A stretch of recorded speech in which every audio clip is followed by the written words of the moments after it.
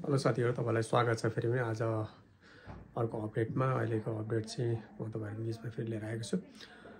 विशेष गरी तपाईले मेरो च्यानललाई सब्स्क्राइब गर्नुभएको छैन भने सब्स्क्राइब गर्नु होला अनि आउने भिडियोहरु सबै तपाईहरुको माझ आउनेछ। र विशेष गरी आज हाम्रो चाहिँ त्यही हो, अहिलेसम्म लिगलमै अड्किरहेको छ। अब लिगलको फेरि एउटा सानो पेपर मिस्टेक भएकोले गर्दाखेरि त्यो बनाउनलाई उता अब जुमसुमतिर कुराहरु गर्दैछौँ। त्यहाँबाट पेपरहरु आज बनाएर पठाइदिनुहुन्छ कि भन्ने आशा गरेछु। मैले बनाइदिनु भएन भने चाहिँ म आफै जानुपर्ने हुन्छ। अब घरमा फेरि यहाँ बिरामीहरु पुग्ने मान्छे कोही हुनुहुन्न, डायलिसिस पनि भइरहेछ हप्तामा 3 पल्ट। आज पनि अब डायलिसिसहरु छ। सो अब आजको लागि रेडी हुँदैछ। अनि मेन कुरो भनेको हाम्रो त्यही लिगलले अड्किरहेको छ। अब लिगल भएपछि मात्रै लिगल भएपछि हाम्रो सेकेन्ड अपडेटहरु आउँछ। त्यसपछि हाम्रो अनि लिगलको त्यो फाइनल कामहरु हुन्छ। पेपरहरु सबमिट भइसकेपछि धेरै पेपरहरु सबमिट गरिसक्यो तर पनि अझै पुगिरहेको छैन। त्यसपछि लास्ट होला त्यो अब बनाएर दिएपछि चाहिँ अनि उताबाट सिडिओहरु आउनुहुन्छ। अनि सिडिओ कार्डले गर्दा त्यो सबै लिगलहरु सबै भइसकेपछि अनि सेकेन्ड स्टेप जान्छ। त्यसपछि चाहिँ हाम्रो एचएलए र अनि क्रस म्याचहरु जान्छ।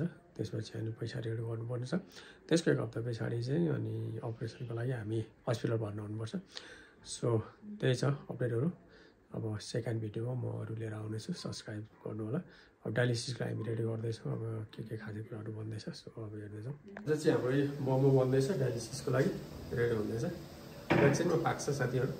फेरि तपाईलाई गाह्रो हुन्छ होला मोमो देखायो भने, त्यही भएर त्यही म देखाउँछु।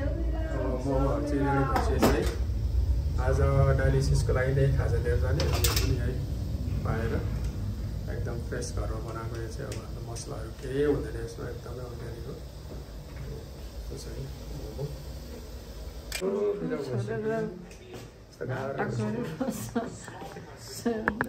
हात पोल्छ जस्तै टक टक गर। अचार राखेर अब खान्छ। मैले गरेर निकाल्नु पर्यो डायलिसिसमा। लाउँदैछ 6655 भन्दै। ल अब चाहिँ हामी हस्पिटलतिर जान्छौँ साथीहरु। अर्को भिडियोमा फेरि भेटौँला। हामी चाहिँ अब डायलिसिस गर्दैछ अहिले। यस्तो चाहिँ यस्तो गरेर धेरै समय भइसक्यो।